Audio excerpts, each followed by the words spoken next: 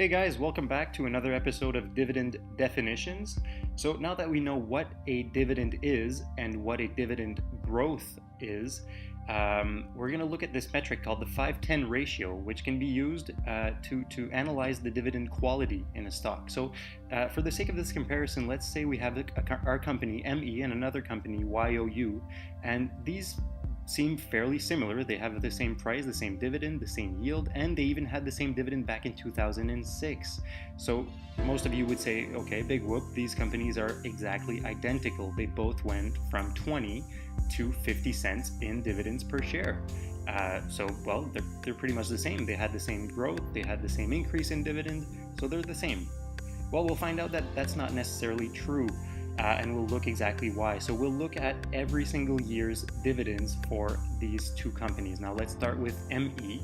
Now this will be lengthy, but bear with me. So the first year here in 2006, it was 20 cents, then went up to 22, to 24, to 26, to 28, and then hit 30 in 2011, then progressively increased by 4 cents every year to reach finally the 50 cent mark in 2016.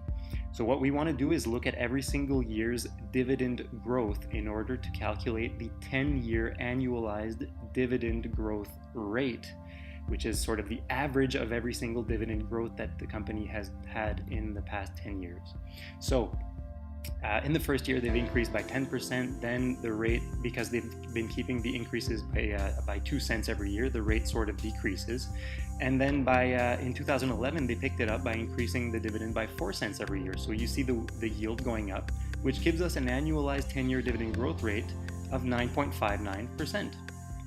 So now for the company YOU, they've all started off at 20 cents again in 2006, but this company decided to increase it by 24 cents right off the bat, then 28, then 32, 36, and 40, and then it slowed down a little bit. So we see the chart here, it's slowing down a little bit, topping off, and all the way to 2016 when they finally get to 50 cents. So again, we want to look at every single year's growth rate. So we see it's pretty high here right off the bat, 20%, 16, 14, 12, and in 2011, they started decreasing a little bit, 5%, 4.7, 4.5, 4.3, and 4.1. But the sum is still pretty similar to our other stock with an annualized growth rate of 9.7%.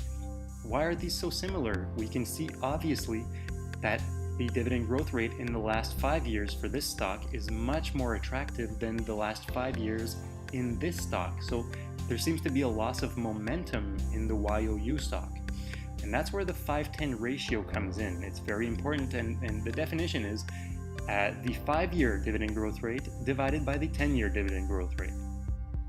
So let's look at the 5-year dividend growth rate for ME. I've done the calculations here, and it comes up to 10.74. Now, if we divide that by 9.59, we get a 5-10 ratio of 1.12, which is above 1, which means the momentum is a positive momentum. Now, the same thing for YOU here. Our 5-year is 4.52%, our 10-year is 9.7 as we calculated, and that gives us a 5-10 ratio of 0.47, which is under 1. So I like to think of an analogy here. Let's use an apple. Let's say you throw an apple or you roll an apple down a hill. Let's say this little arrow is our hill. So the speed of the apple will be positive. Its acceleration will also be positive. So, slowly and surely it'll increase in speed as it rolls down the hill. So the momentum is a positive momentum, but it's not a very big momentum. Now let's say you throw this apple off a cliff. Now let's say this is a cliff, and the speed of the apple will also be positive right off the bat, but the acceleration will be much, much, much faster. So it'll be rapidly gaining in speed as it falls down the cliff. So this is sort of the equivalent of the dividend. The speed is the dividend, the acceleration is the dividend growth rate, and the momentum is the 5-10 ratio.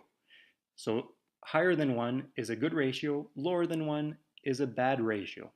So guys, I hope you liked this video. That's an important metric to use in choosing your stocks. Don't forget to give me a thumbs up, like the video, and give me a comment. Don't forget to subscribe for future videos.